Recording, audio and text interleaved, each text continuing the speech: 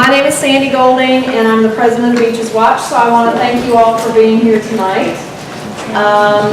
If you don't know about Beaches Watch, I'll just say very quickly, we are a nonprofit citizens group that is here at the beach, and our focus is on educating and engaging citizens in the issues that come before our elected officials. And we are primarily Atlantic Beach, Neptune Beach, and Jacksonville Beach residents and community participants. So anyway, we're glad to have you here tonight. This is one of our education opportunities. We like to do this every year, and we're so thankful that Jerry and Beth Fleet both are very great about coming out and doing the training here at the beach, so that you guys don't have to cross the ditch for the training. And you guys are having one tomorrow night, right? So anyway, so we want to thank you guys for coming. If you didn't sign in, there's 2 sign-in sheets back there. There's one for Beaches Watch and there's one for the Supervisor of Elections. There's also handouts, which we'll give at the end. Okay, all right. So you'll get your handouts from the presentation at the end. There will be questions, I guess. Do you guys want? Well, I'll let you just let them. You tell them. Yeah, we'll kind of get Jordan because there's a topic you may have a question and we definitely want to hit it. Okay, so feel free to ask questions as the presentation goes along. And I just want to mention for the Neptune Beach candidates, as you guys know, your election isn't going to be till November. Beaches Watch always has a candidate forum for the beaches elections, so we will have one for Neptune Beach in October, and we'll be keeping you guys apprised of that. Then for Jax Beach, because our election cycle is a little bit different, we have 3 candidates running for one district that will be on the primary ballot, which is August 26th. So Beaches Watch will be having a candidate forum in August. It'll probably be early August, and we're finalizing the date right now, but I just want you 3 to know, which that's Lee and John and Lloyd, and Lloyd's not here. But we will be doing a forum for you guys, and then there will be another forum for Jacksonville Beach before the November election as well. And then the school board candidates, Beaches Watch is part of a coalition that is helping to host a candidate forum that's going to be in August for the school board candidates, and it's going to be here at the beach at Fletcher High School. So you guys will be getting some information about that as well. So lots of fun stuff to look forward to. So anyway, without any other, I don't think there's anything else I need to announce. So I'd like to introduce Jerry Holland, the Supervisor of Elections, and Beth Fleet, who is the Director of Candidates and Records. Yes. Okay. All right. Thank you. We'll kind of kick it off. Thanks for having us, Sandy. And we enjoy coming out, and having grown up at the beach and going to Fletcher, it's good to come across the ditch sometimes. So I do enjoy that. And it was interesting. You were talking about the Jax Beach election, and we kind of actually created that and went to Jax Beach and City Council, and they approved it, and the voters approved. Is that if there's 3 candidates or more, they run in the primary because, again, we don't want to run on past the general election. But if there's only 2, we wanted as many people as possible to vote in the election, so that's why it moved to the general election. And there's not a lot of municipalities that do that, but we thought it was pretty creative to get as many people as possible, involved in a race. So what we're going to do is, as we go through the presentation, and are you the remote clicker? I'm the clicker. We're going to go back and forth as our tag team does. And I'm going to introduce all the candidates. I am, thank you. She's also my reminder, so that's our she's not just Vanna White here tonight, So we do want to start off, and the front row will go each row. Introduce yourself. If you're here as a candidate, if you're here representing someone, so at least everyone knows everyone, and we can kind of kick it off that way. John, I'll let you start it off. John Galarno, I'm a candidate for Seat 6, which is District 3, the north end of Jacksonville Beach. Hello everyone, I'm Sam Hall. I'm running for the school board here at District 2. That's from Atlantic Beach, Neptune, Jax Beach, all the way over to Kernan. Good evening, my name is Shannon Russell, and I'm also running for school board in District 2, and I am a teacher at Sandalwood High School. Thank you. My name's Fernando Meza. I'm running for District 1, Seat 4. in Jacksonville Beach. Okay. Yeah, I'm Lee Buck, and I'm running for seat 6 in District 3 for Jacksonville Beach, Florida. And it's, as John said, the north end, 6th Avenue to Seagate. Very good. Bruce? Bruce Thomason, I'm running for Jacksonville Beach City Council in District 1, Seat 4. Very good. This is my bride, Jack. And you're representing? Yeah. I'm Kerry Chin from Neptune Beach. I'm representing Richard Arthur, who's running for City Council in Neptune Beach. Very good. We'll start, Scott. Scott Shine, I'm running for School Board, District 2. Very good. Anything you want to announce, Scott? No, it's Scott Wiley, and I'm a Neptune Beach City Councilman. It's always nice to get brought up to date. Well, we'd love to do that. We appreciate you giving us, Scott. Scott's the man. Rory Diamond running for Neptune Beach City Council. The only competitive race this time around is seat 4. Very good. And you'll win. Okay, very good. I think that covers everybody. Let's get started. Hit the Welcome first to slide. everybody. And this is just, this is the office. If you ever have to call us, you can see Jerry's, that is his cell phone, which he answers. 24/7. 24/7 when he's not, when he's sleeping, I don't think he answers it. But that's my number and my email address, and Lynn is my assistant, and you can't get me, she's there, and we're more than happy to help you with anything that you need. So we're gonna roll right into this.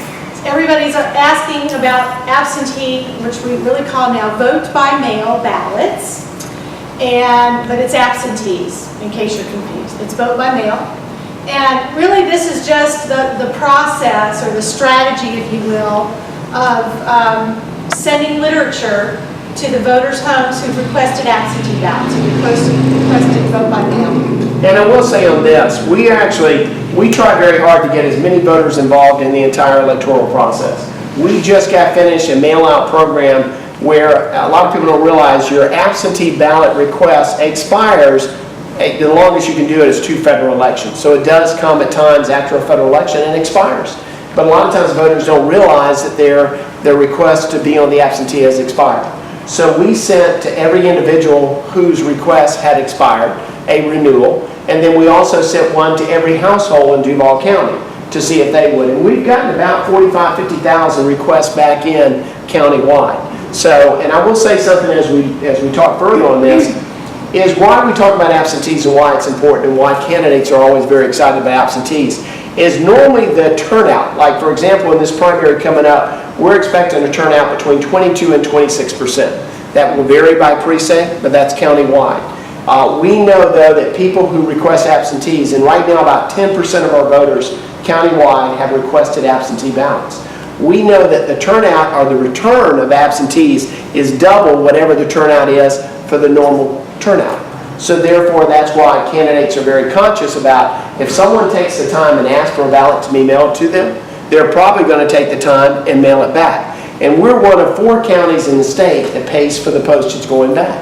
So truly, they can vote in the privacy of their home. It doesn't cost them anything to vote for absentee or vote by mail. And so therefore, it is something candidates truly want to know who's requested.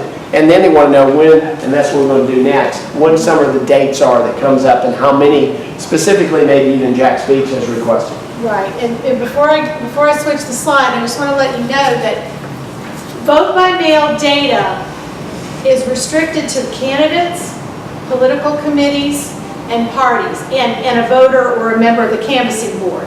That's very important for you to understand because it's not typical public record information. Any voter data is public record for any one of us to ask for. But absentee data is restricted to those groups of people. So you remember that, because not now, whatever you finally do with it, you send it off to a mail house, you send it somewhere else. Once it leaves our office, so to speak, we don't really have any control over where it goes. But initially, it has to be requested by one of you folks who are candidates on an upcoming ballot. I have the form, I'm going to show to you in the presentation, but I printed out some forms tonight for you to take with you. We do have a small fee that we charge for access to the absentee data, and it's $50, and then I'll get you through both election cycles. And, but I did bring the forms tonight just in case you want to fill that out and send it back to us. So what I did, I pulled the data, the absentee data, a couple of days ago. This has already grown. I mean, it's actually, Jerry mentioned the mailer that we did. They're coming in stacks, and we're plugging that information into the system as fast as we can. But in Jax Beach, this gives you the breakdown of the kinds of absentees that we'll be sending out and how many are in each one of those categories. So that'll be helpful. And these numbers have already changed, so it's never static. It's always changing. So this is for Jacksonville Beach, and then this is for Neptune, because you don't have the breakdown of the districts in Neptune, which is, you know, it's a sizable number, but that is going to continue to grow. And as candidates, we know, we have our experience as candidates really encourage their voters and their constituents to vote. And it's a great opportunity to reach out to them, because sometimes some are people who are actually voting who are out of you know, the city limits in a sense. They may be in the military, maybe traveling, whatever, and they don't have access to maybe getting your not, you know, door knockers, or maybe reading something in the paper. So a lot of times the information they get from one candidate or the other, or they only get information from one candidate, it's a very likely opportunity that they will probably only vote for the information of the candidate they get the information from. So that's why this information, these numbers are valuable to candidates, because you really want to do an outreach to these people. And just so you know, we have two what we call first drops, and I'll have the dates in a minute. But the first drop that we'll do in July 11th to be exact, is going to be military overseas, military domestic, and civilian overseas. So you can see that numbers are not huge for this area right here. They're not really big numbers, but that's the first serious heavy-duty mail drop that we'll do. That's referred to as a UOCAVA voters, right. And that's again required by state statute to mail those out within 45 days prior to the election. So that's why those go out so much earlier, to give them an opportunity to get those back in. That is correct. So the overseas military first drop is scheduled for July 11th. It's actually, Saturday is 45 days, but they will go out on Friday for us, and we're already getting ready for that. We don't have ballots just yet, but that process has already kicked off. And then the domestic absentee first drop is scheduled for July 22nd. And you've got to realize, you know, there are some voters who may hold on to it for a little while and think about it and study it. There are others, once they receive it in the mail, they're ready, whatever decision making, they want to get it done, it's there, they're going to fill it out. So in a sense, you're campaigning, not that it hasn't already started in many ways, door to door in other ways, but of actually one-on-one with the voter, saying this is your time to vote, this is their election day when they get that absentee ballot. So Beth, when you say domestic first drop, that's only civilian domestic? That's right, it's civilian domestic in the United States. That's a much bigger number. But the majority of those, even domestic, you know, although some can be traveling or being, you know, especially where summertime can be somewhere at a second home or something like that, the majority of them are really people who decide to vote by mail, and they just like the convenience of doing it. So they're really people that actually reside almost all the time right here in town. A lot of them are right in town. Okay, so the last day to request a vote by mail ballot is August 20th. By 5 o'clock. That's the Wednesday before the Tuesday election. The logic being obviously there is that, you know, you request it, we've got to drop it in the mail next day, it's got to get to you, and logically they're thinking somehow it's got to get back, because absentee ballots must be back in our office by 7 p.m. election night, and you cannot turn them in at the precinct, at the polling location on election day. You would have to vote a regular ballot if you're going to your polling locations. So that 7 o'clock deadline is very important. And the last day that we can mail them out is actually that Friday. So it's still very tight. And the Postal Service these days is You know, you're really risking things. So we have this form on our website. It's a standardized form that anybody can print out. It's actually, you can print it out 2 on a page. People are always asking us for a form that they can bring to people in their neighborhood, people in their district, to encourage people to vote by mail. And this is the information that we need from the voter. Now, the parties, for a party election, partisan election, candidates will sometimes put a mailer together. We did our mailer out of the office. We didn't ask for quite this much information. This is the information that we need to process an absentee request that somebody else is bringing in for someone. You know, especially because it's around vacation time, people travel, someone says, you know, and a lot of times you ask, are you likely to vote? Are you planning to vote? Well, I don't know if I'm going to be in town. Well, would you like us, you know, I can have the elections office mail you one and fill that out. Let me just say one thing. Don't do what a school board candidate did in Volusia County. They said, I'll help them even better. I'll have them mailed to my home address, okay? And and they went even further. They even filled them out for them. Okay, and sent them back in, and they were prosecuted, and they won the seat, you know, obviously. They had an edge on it, but they also lost the seat and are now serving time. So you do not want to alter the address. Make sure it's the voter's address it's going to. So this is the form that I'll have available for you at the end of the session for you to fill out if you would like to participate in the vote by mail portal. We call it a portal. And we pull the data. Now, I know for you guys here at the beach, you don't want all of the data. You may just want the data for your district, which makes sense. We have the ability to print labels for you or to create a PDF that we can send to you, and then you can print that out on labels if you want to do it that way. Okay? Participation's still the $50.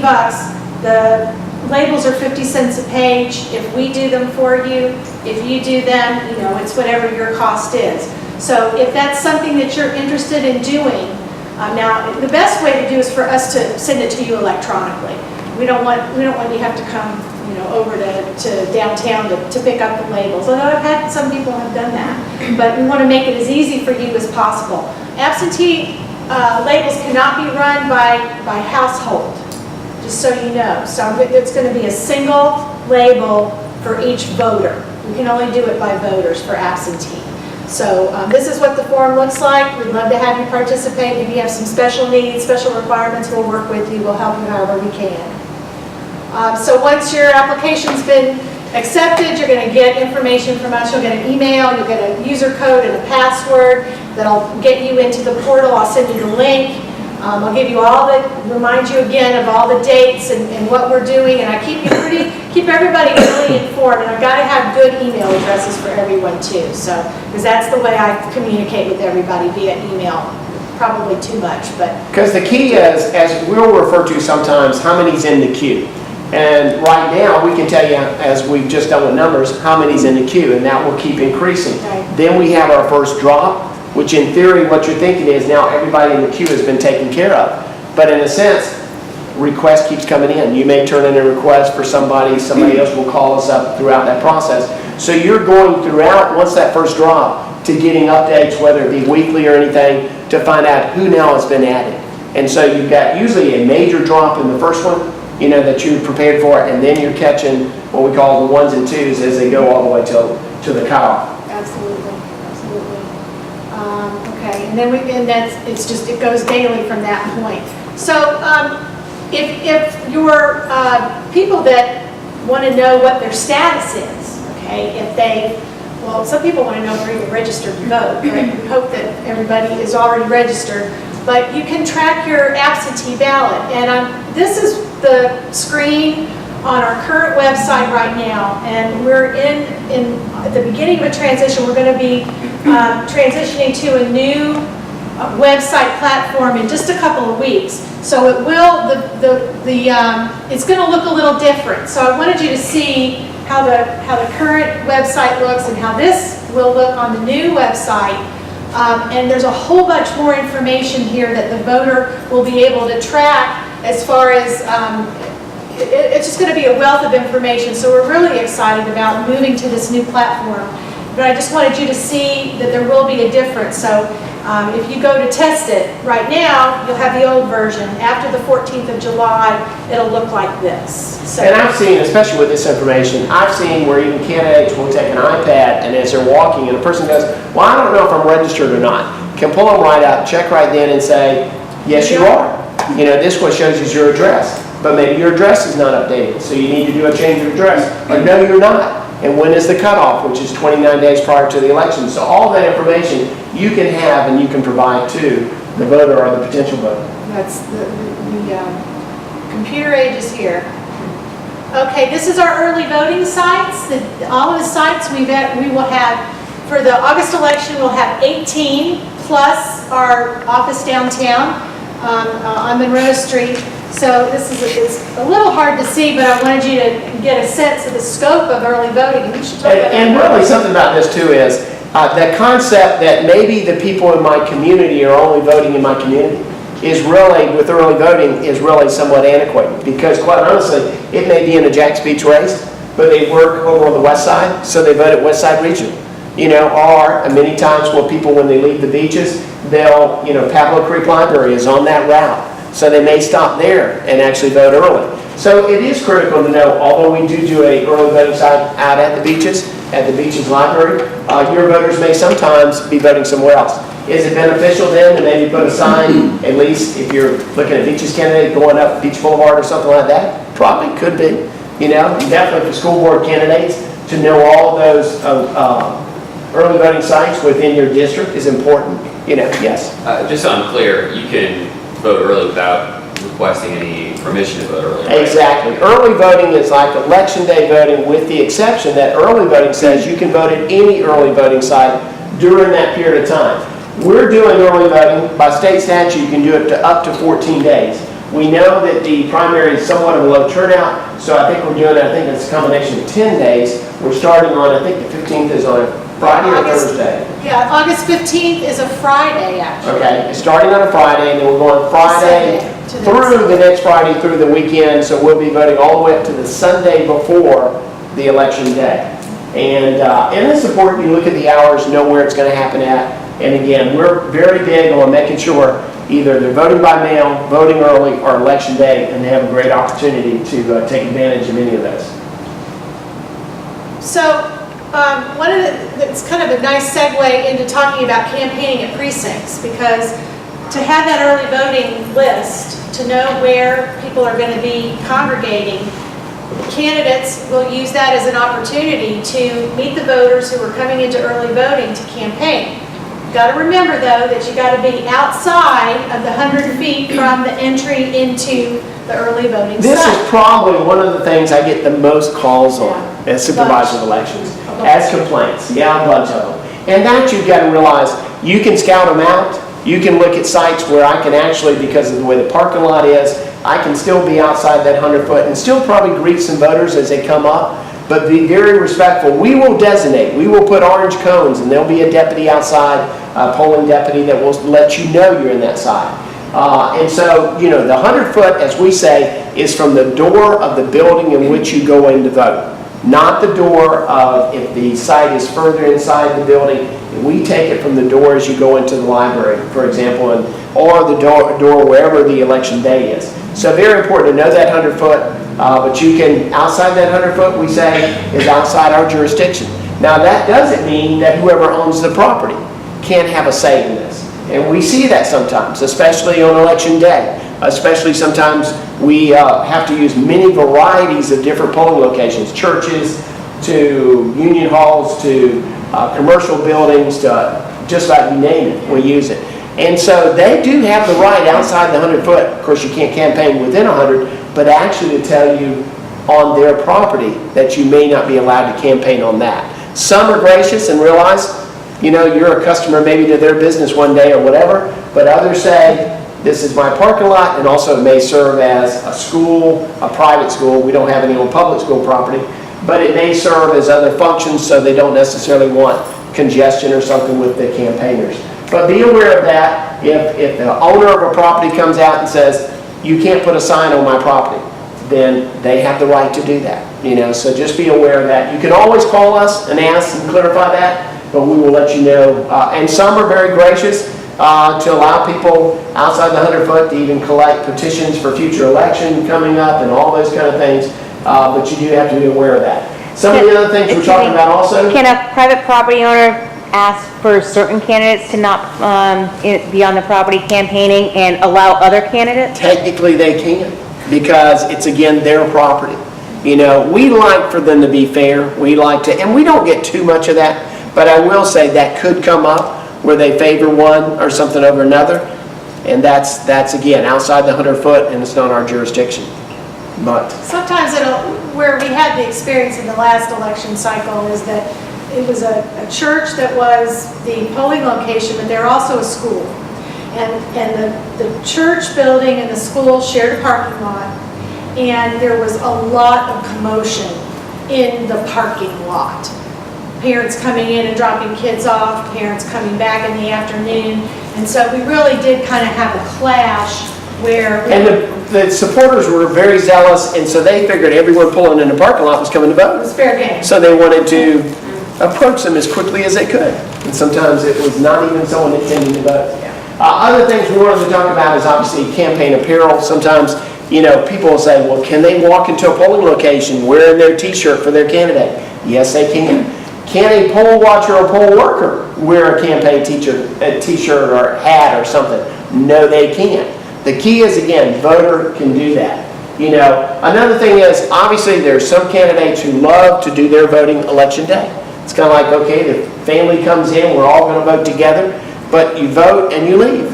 You know, we get this happen sometimes. It's more sometimes with elected running for re-elected, but we get people and candidates, and even people running for candidates, who feel like they need to go in and check on the precinct.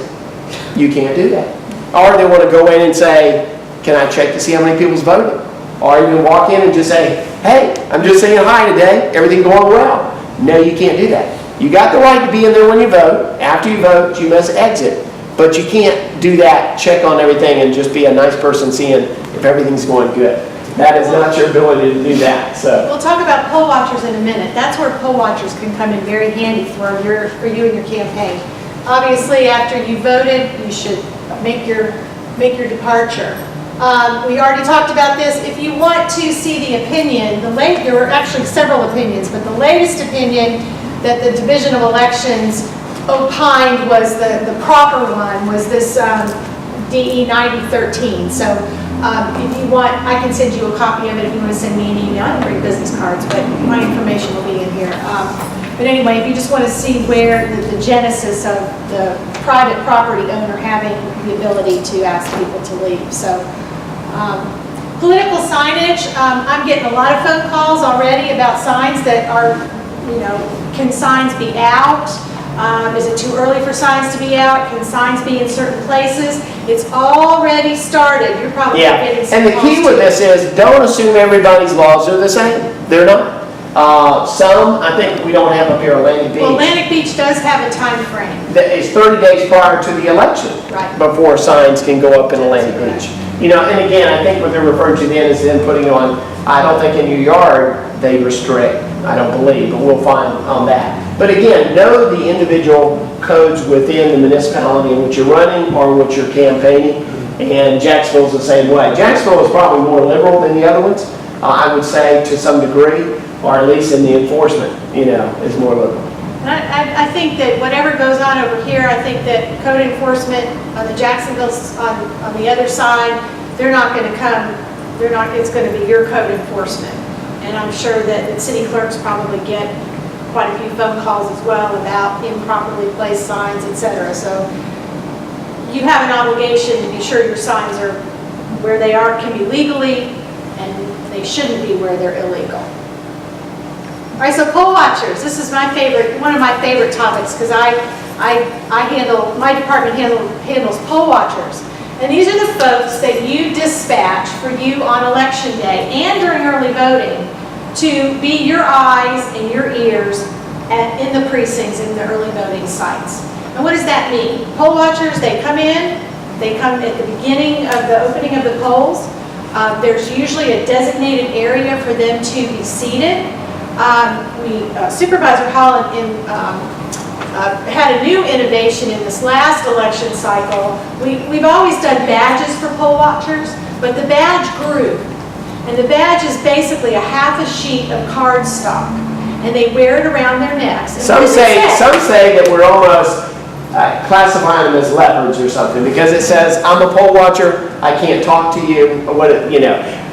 What we had was poll watchers who were like, you know, and people thought maybe they were mining or, you know, mining something, or because they'd go, you know, try to start saying they couldn't talk. So we said, well, we're going to help you there. So you don't have to talk and tell people you can't talk. We're going to put that on your sign. You're a poll watcher and I can't talk to you. And so it helped preventing them, because they would always come back when people would say, well, they were talking. Well, they asked me something, so I had to talk to them, you know. But the idea is there is a poll watcher is there from a candidate or from a political party to oversee the process. We, in every way possible, want as much transparency as anyone can allow. You know, so we have no problem with poll watchers. We like the fact that someone wants to watch the process. And in fact, it's not up on the slide, but technically, and by legal statute, anyone can come in before we set up the precinct to see how we're setting it up. And after we say the polls are closed and the last voter has voted, anyone can come in to watch the precinct close out. You know, what becomes is who can be in there once the polls are open are poll watchers, candidates, poll workers. Those are the people who can be in there. But the poll watcher is really there to observe. We're going to get into, it's a few slides away, into our electronic voter ID. I'm going to tell you some things now that you'll be able to actually get that information that a poll watcher used to be able to tell you this. They used to be able to, and throughout the day would say, okay, we've had so many people at this precinct vote so far, and give you that data. Or you're tracking, maybe you've got a commitment out of 50 people, you want to see if they voted yet. So the poll watcher can get over there, when it used to be paper registers, and say, okay, yes, Mrs. Smith hasn't come in yet. So you know to make that phone call, because she promised she was going to come in and vote for you. So now poll watcher, because of the electronic voter ID, we'll talk about that in a second, has taken away some of the things that you'll really need a poll watcher for. But we always will appreciate anyone who comes in. And what we usually ask this also, and it really gets busier in a general election, is we ask that the poll watchers don't all call me when they see something. We ask that if you as a candidate may have multiple poll watchers, have yourself being the one that they're calling you if they think there's a problem. And then you communicate to me, rather than I'm talking to, and you can imagine with 200 precincts, and we may have sometimes as many as 4 or 5 poll watchers, I could have literally almost 1,000 people with my number thinking they need to call me. So we restrict it back when the parties are doing it to a key point with the parties, and when the candidates are doing it, have them communicate back to you, and then you communicate to me, and that makes the dialogue go faster, and I can get you an answer faster. So the dates for these, and I'll be reminding you as we go along the way, but early voting designations are due on August 1st at noon.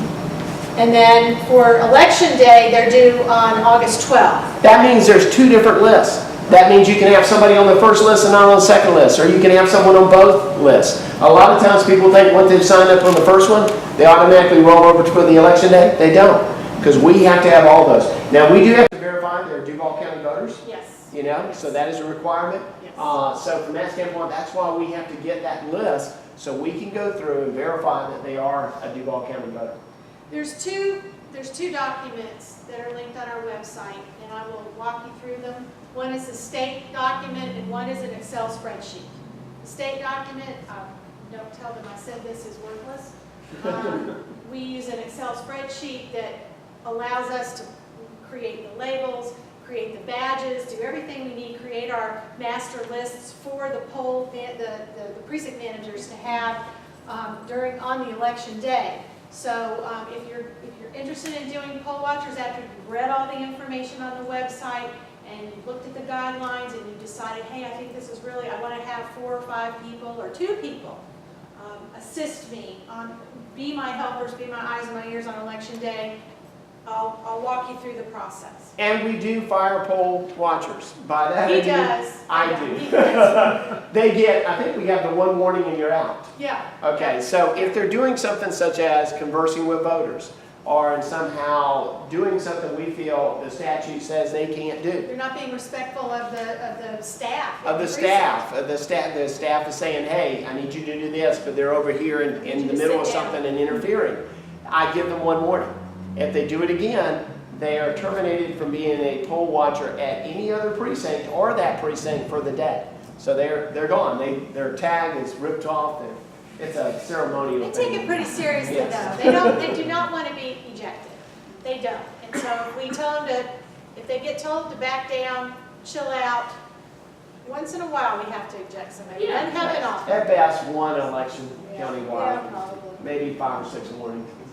Okay, so the majority of the people, everybody in this room is going to be doing nonpartisan. These are nonpartisan races on our municipal level, and our school board candidates are also nonpartisan campaigning. And so we want to kind of focus on, it looks like it's going to like really blow out there any minute. And you know what's interesting? They're nonpartisan, but everyone knows the party still hasn't affected. That's the reality. I don't care if it's a municipal or a school board race, even sometimes even on judicial races, which they're a little tighter from the standpoint of their requirements. But what we want to talk about, and I'll let you go to the next slide so we can talk about. Well, you mentioned the judicial Judicial. candidates are at an even higher level, so we don't have any judicial They can't candidates in here. they can't even go to an event where it's like the Republican Executive Committee or Democratic Executive Committee meetings. They can't be anywhere there's a partisan event going on the judicial.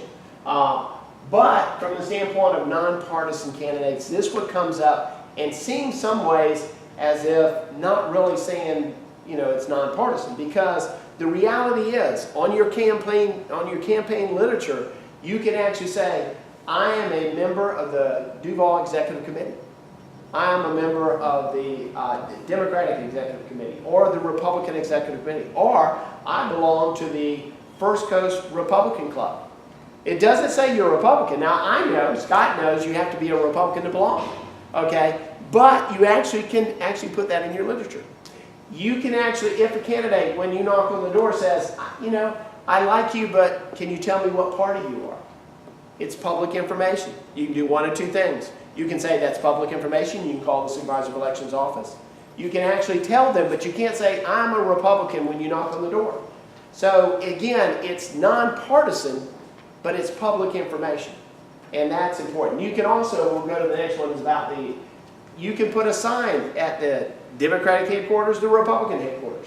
The Republican Party, our Democratic Party, can actually make phone calls.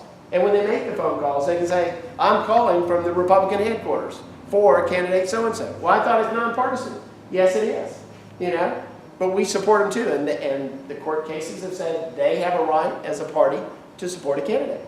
So it is nonpartisan, but party politics still get involved. And so we will help you because we get a lot of phone calls from that. But we will keep you down the straight path and make sure you don't get in trouble. But you can pass the questions on to us if you have anyone, bring those questions to The you. most important thing, yes. So, in a nonpartisan election, if a Republican club wants to endorse or support it, they can't vote. I just can't run. You can't use your party affiliation. You shouldn't be using your party affiliation. While you could list your activities on the back side of the flyer that you're giving out, you're not going to ever list your party affiliation where it says vote for Fernando for an office. Yeah, it's not in your disclaimer. It's not in your title. It's not a descriptive of you. You can say, I'm a conservative candidate if you want to describe yourself that way. But you can't say I'm a Republican or I'm a Democratic candidate. You can't do that. Question? Yes. Yeah. So if you have people that are part of your campaign that are going to be walking door to door on behalf of like the neighbor, etc., and somebody asks them, hey, what's your candidate's affiliation? Is he a Republican or is he a Democrat? Here's my recommendation. First, say it's a nonpartisan race. Okay. Always qualify it that way. Well, always start off, it's a nonpartisan race. And they'll say, I know, but I just want to know his or her party. And then and I always come back because some people will be trying to trap you into saying, are you running as a party candidate? You can say, it's public information. You can actually call the Supervisor of Elections office. And they'll go, I know that, but I want to know what party he or she is. And you can say, well, it's public information. my candidate is actually this party or that party. You can say as a statement of public information. And you know, again, you don't need to go any further. Don't go any further of, well, I am this and I'm running this, but I'm really, you know. So if you said the candidate is a publicly registered Republican, that's a fine statement to qualify there. Yes, but don't knock on the door and say, Right. I'm campaigning for so, he is a Republican candidate. But if asked, you're. Okay. If he's asked, you're stating public information that is available to the public if they call. And we get people calling and asking what judges, what party the judges are. We get requests all the time, and Yeah. they know what all the judges are. You know, it happens all the time. So- We get the requests on those who run for retention, you know, the judicial candidate, you know, yeah. and also who appointed them and all those different, you know, they do a lot of research. So, as we said, a political party could certainly contribute to a nonpartisan candidate. If you have friends in a particular party and they want to make phone calls for you, they want to knock on doors, they want to carry signs on election day, they may campaign for you. You don't have to count them out. Yes. I think this happened a few years ago, and Jerry, you may remember this. There was a candidate who was posting on Facebook, and somewhere in one of their, you know, in the discussion, they said, well, as a Republican, blah, blah, blah, blah, blah. Yeah. That's a problem. And so Now you've and clarified, that's a you problem used too, that right? as an adjective to describe who you are and that you couldn't do. But I remember that example, exactly. That's what you don't want to do, is now describe yourself as this party and doing that. Yes, But you Bruce? could say, as a conservative. Yes, you can. or Those as were- a- Yeah, Use those anything words. that is not related to, again, the party title, you know. And if you want to put your literature at one of the party headquarters, you can certainly do that. And I'm really glad, because many people don't realize, it's reduced now. It used to be like 32 minor parties. And one of the parties was the surfer party. And I can only imagine if you said, as a surfer, and then it was, wait a second, aren't you a member of the surfer party? You know, so. I'm not a member. I was just looking at you, Scott, I was just, you know. So these are just, all of this will be in the handout. These are other things that as a nonpartisan candidate you are allowed to do. We finally put this list together because it's always, you know, when it's a crunch time, people are just not sure what to do, what you can and cannot do. So these are all things that that are available to you. You can stay if you are a member of the party, one of the parties, and you're on their executive committee. You don't have to resign. You don't have to quit. You could make an expense at the party that you're a member of. It helps you with postage or helps you with printing or using their copy machine. You can expense that on your report. It is okay to do that. Yeah, they used to, I don't know if they still did. They used to, like, one of the parties would allow you to use their indicia. You would pay for the postage, but you didn't have to go out and get your own indicia, you know, a permit number for your postage. Okay, so what you may not do is you cannot use your campaign funds and make a contribution to a political party fund until the end of the election cycle, okay? When everything is finished and you are disposing of what we call surplus funds, at that time you have the ability, one of the things that you can do with those leftover funds is you can make a contribution, donation to the party that you are a member of. And the reality is if you run your campaign right, you probably shouldn't have any funds left Not a over. whole lot. And if you didn't win, you definitely shouldn't have had any funds left over because you should have spent them. But again, as you know, funds left over is either prorated back to your donors, given to nonprofits, or they can be given to the party, and that's what it's referred to at that time when you can give it to the party. You also want to be careful about in your dealing with nonprofits and other kinds of organizations that you don't give money for an endorsement. You want to be really careful about what you do with nonprofit organizations in any political realm, especially when you're dealing with nonprofits that have their IRS status as such. They really are not supposed to get involved. But you can buy an ad in a book if a nonprofit is having an event and they have a program. You can buy an ad in that program. That is a legitimate political advertising expense that you can make. So, And we talked a little bit about disclaimers. Disclaimers need to be on your political advertising. Everybody, I'm sure, has read the treasurer and candidate handbook backwards and forwards and has looked at all of the examples and has really studied the disclaimers. This is something that'll get you in trouble. You don't want to print 1,000 pieces of something without your disclaimer on there. That is probably the number one thing I've seen the commission fine candidates for is that one. I mean, that one will hit you every time. And always remember, any fine that you have to pay that you've been assessed cannot be out of your political contributions. It must be out of your own pocket. So that's disclaimer.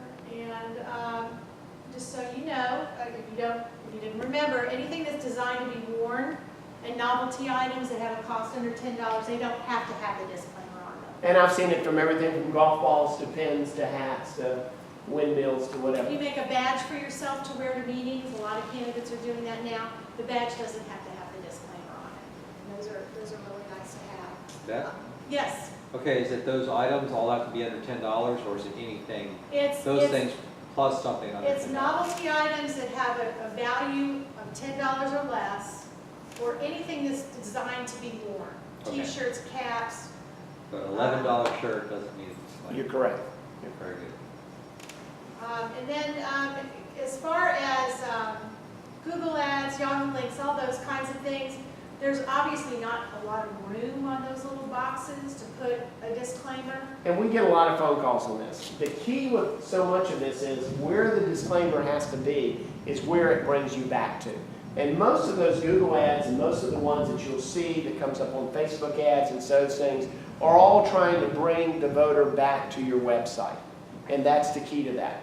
You know, so that's where it talks about, again, bringing it back to your link, bringing it back to where it's going to see a disclaimer, which It's will be the your final website. destination. Yes. It's the final destination, which is generally a website.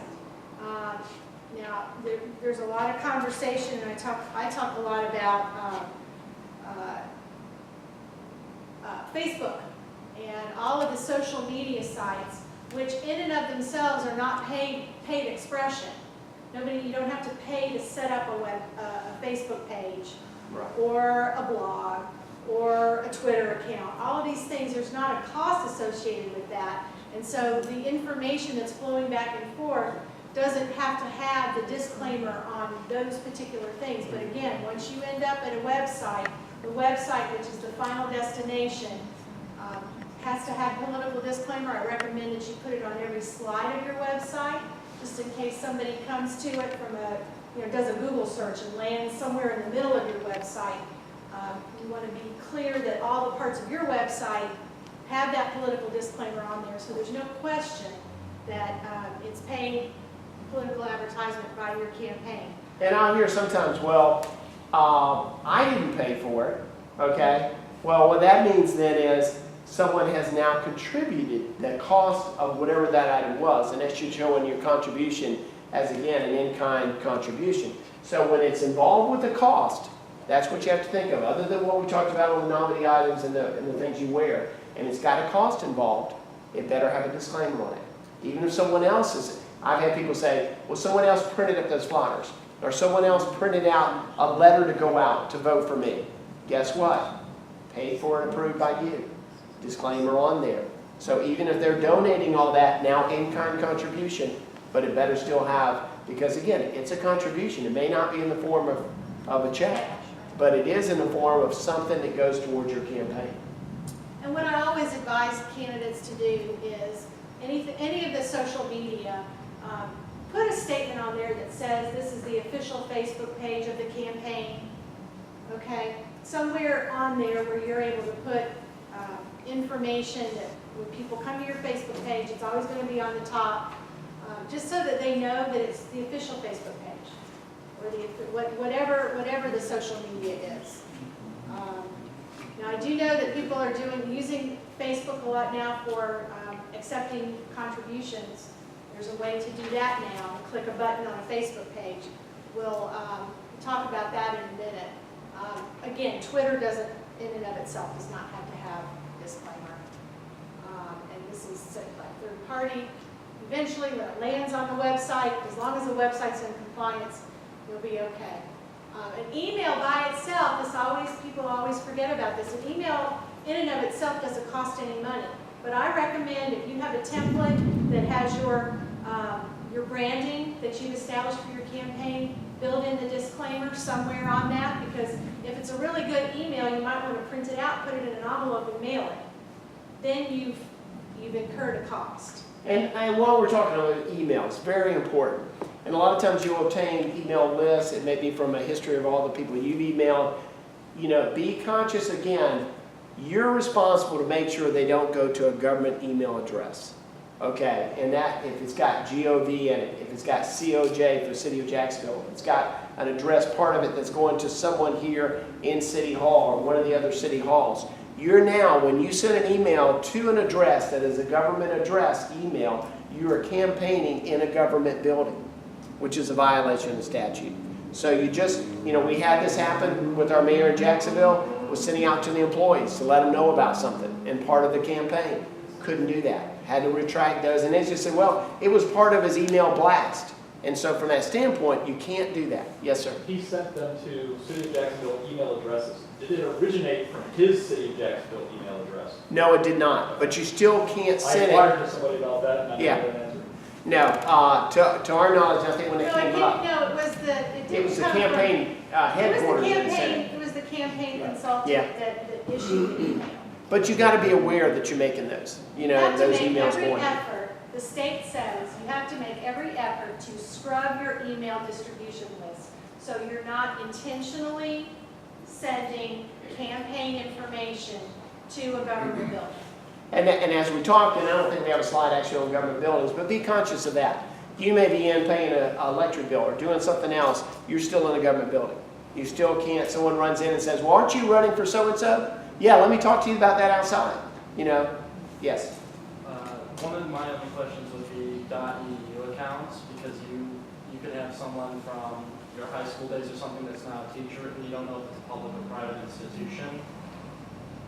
It's on to you to whether it is or isn't, okay? So the caution is on you. If they're now an educator and they've got that location and it's at the college or at the university and that's their university account, we have no way of knowing.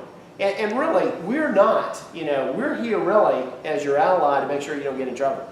We're not your election police, you know. And so where you'll get in trouble is not with us. We may call you up and say, we've heard you've got a complaint or someone's complaining about this. We may mediate in the sense of saying, okay, we'll call the candidate, let them know their sign. For example, I remember one time a sign was stuck on a fence. In Jacksonville, the sign ordinance says you cannot put a campaign sign on a fence. So we just call and tell people that.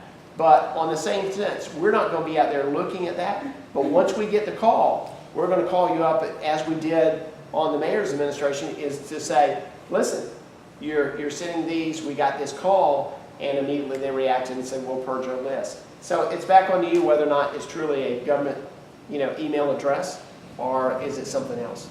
And that would apply for students as well, students with an EDU or just the employees? You know, I cannot give you an opinion if that's considered. University, is it a government entity? Is it a quasi-government entity? Like if you're a student at UNF and you're checking your mail on your cell phone, not on campus, how does that work? Because it's going through the servers on campus.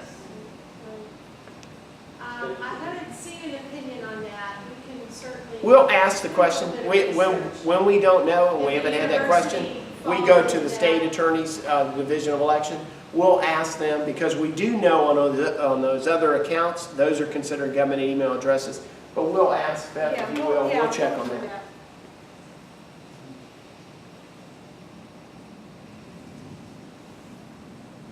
You want to collect it? Yes, quick. Oh, Okay. endorsements. Talk about This is my favorite that's his here. favorite subject. Just because someone likes you on Facebook, that is not an endorsement, okay? I mean, people will say, I use their endorsement, they like me. You know, that is not an endorsement. An endorsement is actually a written endorsement. I do like some of the, in fact, some of the Beaches papers used to say, when you ran an ad, and people, some candidates love to say, these people support me, and that's a good way of campaigning. But, and they used to say, I need your written from each one of these people. And actually, you're required to have a written. And I will tell you, as a candidate, it protects you.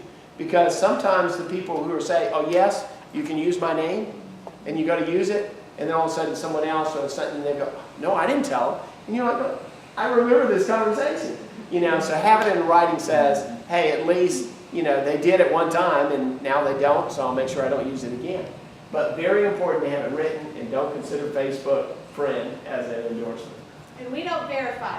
Yeah. Someone calls up and says, so-and-so has said such and such, and so-and-so is endorsing them.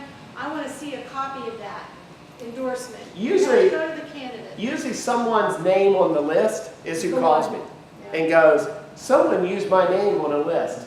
And so we then will call you up and say, oh, by the way, and usually the dialogue I usually get from the candidate is, well, they told me, that it was okay to use your name. And so obviously a lapse in memory, but that's why you want to do it. And on editorial endorsements, that one doesn't require any kind of, and usually typically your media will do some type of endorsement, sometimes in races, but that doesn't require any kind of Third-party voter registration, and the reason that I bring this up is candidates are earnest when they are talking to voters, and or someone who's not a voter, and they want that person to become a voter. It's your new neighbor, somebody who just moved into the... And really, years ago, all of us could be good citizens and go out and want to register people. And that was considered a good thing. Unfortunately, some people abused that and turned in either bogus registrations or held on to them. And so the law said, you know what? If you want to take the act of going out and getting people registered, you must sign up with the elections office so that when we give you a stack of registration applications, they'll be numbered. And we can track how many you got and who brought in that registration, and there's a number on there. Now, can you still assist people in registering? Yes. But the key is this. You can give them an application. Our address is on the back, and you can say, here's the address, and you can mail it in. You can give them a self-addressed stamped envelope and say, here's an envelope, here's this, mail it in. But what you never want to do if you're not a third-party voter registration organization is you never want to take those in your possession and say, I'll turn them in for you. And it's very easy for them to turn them in at libraries. We've got drop boxes there for registrations. And as I said, the address is on the back of the registration. But that's where you cannot get involved in the registration process, being the handler of the applications coming back to us. A big fine there. It goes from anywhere from, I think, up to $1,000, depending if you don't turn them in time and all those different things. So if you're interested in doing that, and we haven't scared you, and you're still interested in doing that, visit our website for the information. You have to register with the Division of Elections, and they'll give you a serial number. Yeah, and you can be an organization of one person. It doesn't have to be a recognized organization. Okay, electronic contributions. A lot of people have set up their websites. They've set up their Facebook pages. They have a Square on their smartphone, and they can to allow you to take credit card contributions. It's totally legal. It's totally legit. But there are a lot of questions come up about how to report this information. And this is just a reminder for some of you, but you give credit for the contributor the full amount. So if they contributed $200 to your campaign, obviously it's more than $100, so you need their occupation in addition to their complete address, all of their address information. And given their occupation doesn't mean businessman or businesswoman. That is not considered an occupation. And we'll see that sometimes where they just want to be very generic. It's about what type of business are they in. Other thing is, and some laws have changed, the maximum cash contribution is $50 now. And that used to be actually $100 at one time. Yeah, well, It's backed it down to $50. That gets often sometimes where you'll be talking to someone and say, hey, I want to help give you a campaign, and you've got to declare, and you'll see when you make those contribution reports, is it a cash, is it check? And again, the maximum is $50, and those kind of things. The thing I've seen happen years ago is you used to be, you'd have a fundraiser and you do what we call put the fishbowl out front. That's for the checks, and people would put cash in. Well, guess what? You can't now identify the cash to who gave it to you. So someone has to monitor that, make sure they put in an envelope, how much did they give? They didn't give over $50, those kind of things. Contributions now are up to $1,000 that anyone can give to a campaign. And that's per corporation, per individual, as far as adult. And so that's a larger number now for candidates. So just to be sure everybody understands, you give credit to the contributor for the full amount, and on your expenditure side are going to appear your fees that the third party is charging you for the ability to take credit card contributions. Sometimes it's $1, sometimes it's more than that. It's, we know credit card companies have fees for using their credit card. So you can aggregate it, you can list it one for every transaction. Just be sure, because what happens is you get to the end of the election cycle and you fail to report the fees, the transaction fees. And then when you're not in balance at the end of your final report, what do you do now? Okay, and it's invariably, it's those fees. So I just wanted to bring that to everybody's attention so that you're thinking Yes. about it.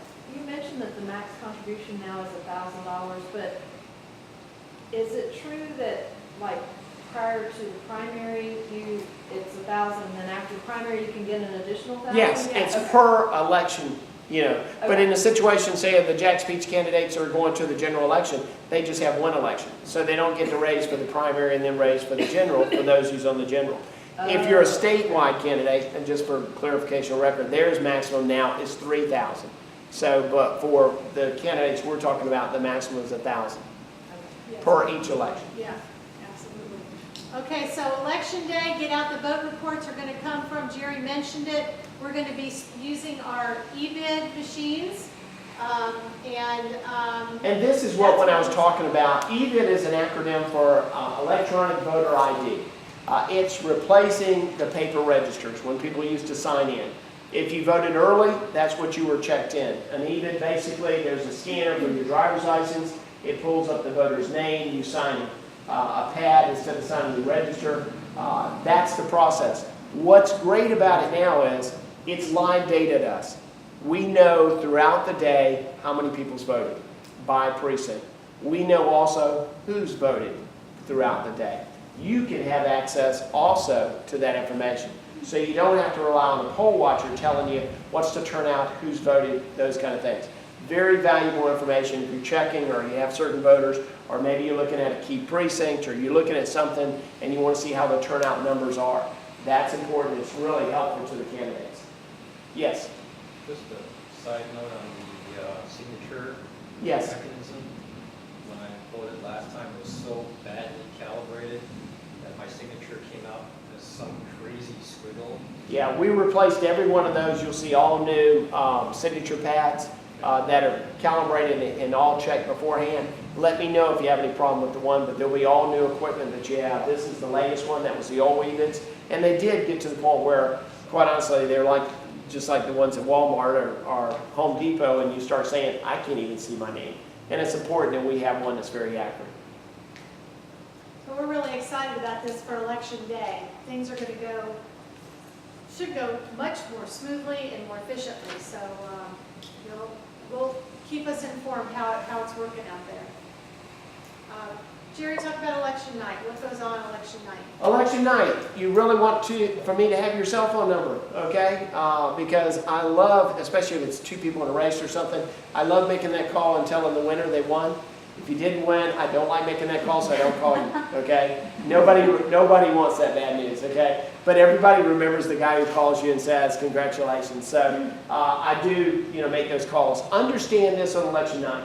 Some important things. State law says by 7:30, I must report all the early voting results. So usually at about 7:05, 7:10, I push those results out on the website, on DuvalElections.com. And then also all the absentees that we have counted so far are also pushed out at that same time. And for some, that's a major portion of who's going to vote in that election.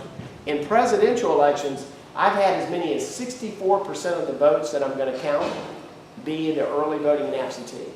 So as anyone knows, if you did a poll of actually 64% of the people who voted, it's going to be a pretty accurate poll.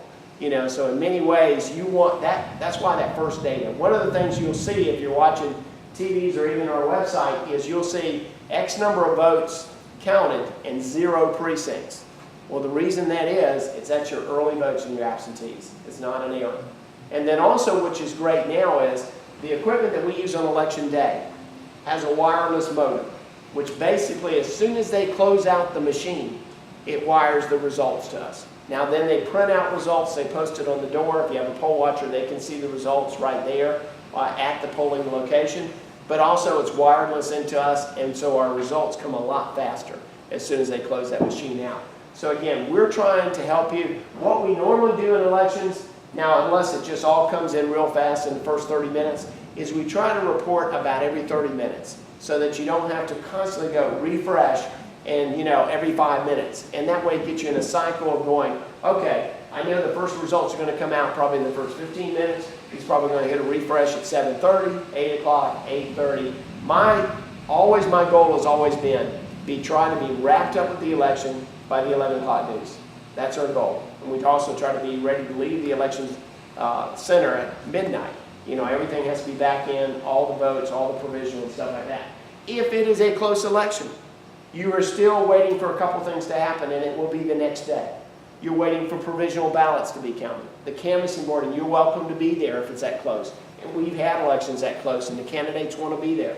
You want to be, and we're going through the provisionals. That may be someone who didn't have an ID. And so they have until Thursday at 5 o'clock to bring it in, or we'll check their signature on the provisional to their signature on record to see if we can count it. It used to be, we used to have countywide as many as 4,000 provisionals. And you can see that would really affect an outcome of an election. Our mayoral election last time was decided by 1,600 votes. But now our provisionals have been cut down because of the EVIDs, because before we gave a provisional ballot, which means a ballot goes in an envelope and is not counted until we validate something. And when someone requested an absentee and didn't have it to surrender, they voted provisional. Now, because of the electronic check-in, as soon as we check them in, it negates any absentee from being counted. So I don't have to issue a provisional. So my provisional is going to drop countywide from about 4,000 to 400. Won't have a lot of provisionals, possibly in any of those races, but if it's a very close race, it could be the provisionals that could be there. We could get absentees in late that day on election day, but before 7 o'clock, and we may not get those counted to the next day. So those are some of the things that could happen that could be some votes close enough that if you have a real close election. People often call me and say, have you called the race? I never call the race, okay? They'll say, I want to tell my supporters I won. Can you call it? I don't call it. I certify it, and we'll get to dates of when it's certified. I'll tell you the results, and I'll tell you how many's left to count. You're the one who makes the decision whether I tell my group I've got it or whatever. And hopefully it's not that close. Our election prayer is, it doesn't matter who wins or loses, but just don't let it be close. So that's up to y'all. This is the time frame for the primary election, where we have first official results, second official results, and then by the next week, the official results have to be into the state by, in this case, September 2nd by 5 p.m. We're usually way ahead of that most of the time. So if we have a recount, it's going to be once we get all those other ballots in, and then we start our recount process. So it'll be usually within a day of that, after we get all the provisionals in and counted everything. And that's really the last slide. So if anybody has any burning questions that we haven't answered, yes. Go back over that EVID device real quick. Sure. Sure. Explain to me what that does again. It's going to scan your driver's license? Well, what we do, we have two options on that. The magnetic strip on the back of your driver's license contains your name and address. We don't have any access to your voting record. I'm not voting record, but to your driving record. We actually had a state senator that didn't want us using them because he thought we were bringing up his wife's driving record. I don't know why he was concerned, but anyway, it wasn't here locally.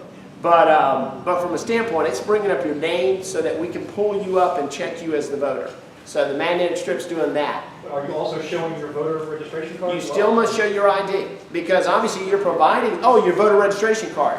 No, your voter registration card is not an ID. It is an information card telling you where to vote, where your polling location is. But again, that EVID is processing you coming in instead of signing a paper register. That's what's important. So that's my question is, and it sounds that more voter-centric, but it actually gets back to being tied together.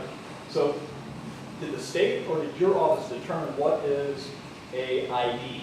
Because The state. there's some hokey ones known as neighborhood association IDs, your There's- Florida driver's license, your passport, and all stuff. Who determined those other forms of ID that? The state legislature has 9 forms of ID for the state of Florida, okay? And your signature, you must have it with a photo, and if your photo is not having the signature also on it, you could have 2 pieces of ID with the photo of that. But yes, it's the 9 How forms. often have you seen these other forms of ID, and have you ever had a problem with somebody going, well, this is I live in Deerwood ID. I've never even heard of a neighborhood association ID. You know, and I've been doing it for 9 years, I've never seen one present a neighborhood association ID. They used to have Buyers Club, they took that one off, we used to have 10 forms of ID, so you could use a Sam's card or BJ's or something, but now they do still have a neighbor. They have a public assistance card, you know, so, but those are the forms that we're required to look for. They have to not, they can't be expired.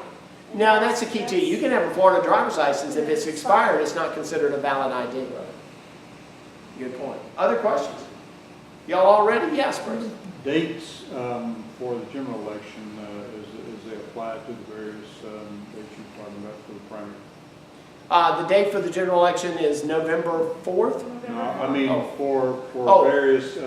For the various actions of what we're going to do, it's pretty much the same time frame, just backed up from that election day. And you'll post that on your website? We'll post that also. That'll be the drop date again for the overseas military, the domestic.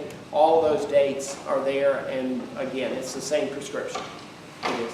Please feel free to call Jerry or myself. Call me. I'm at my desk most of the time. If you need, send me an email. It's in the presentation is on the table as you leave. And if you're interested in the absentee ballot request program, there's also a form there. And a copy of all the slides is back there. And then also, we sent out sample ballots to all the voters. It's individually this time in the primary. Yes. We usually do household in the general election, but we send it out to each individual voter because you may have some people of different parties in the same household. And so that usually goes out. We try to time it just before early voting, and sometimes people are asking when that's going to go out. Yeah, so. Yes, Scott. Just a quick thing, as a candidate, prior candidate, I'd just like to say that you'll find that you're not going to find a nicer office full of information to call than Jerry Holland and his staff. They're there for you, and they'll get you the information so fast, and they're a pleasure to deal with. Well, I tell Great you, job. thank you, Scott. And the greatest compliment we get, and Beth hears this often, is a candidate will say, I really like the fact you treated me so special. We'll have candidates in the same race say that. So it's not we treat you special. We want you to feel like we're giving you some special treatment, but we're giving that to every candidate. And also, having been a candidate in 6 elections, you know, it's not an easy process. There's a lot you have to do and you want to know that you've got an election office that's there to assist you. You know, not to be something that looks over you in a sense, but someone there to make sure it's an easy process. I admire you going through what you're going through, been there, done that. And so, you know, we want to help you, and that's what we're there for. Thanks, Andy. Just real quickly, I want to thank Jerry and Beth again. Thank you so much for putting this together and for doing this tonight, taking the time. And if you have any other questions, I guess you'll be here for a few more minutes if anybody wants to talk to you individually. I also want to recognize Judy Bullock, who's the city clerk for Jacksonville Beach. And I want to thank Judy for everything she did to get things ready for tonight. We really, really appreciate that, and the city of Jacksonville Beach for allowing this training to be held here. So anyway, thank you guys for coming tonight, and hope this has been helpful to you. Thanks, Andy.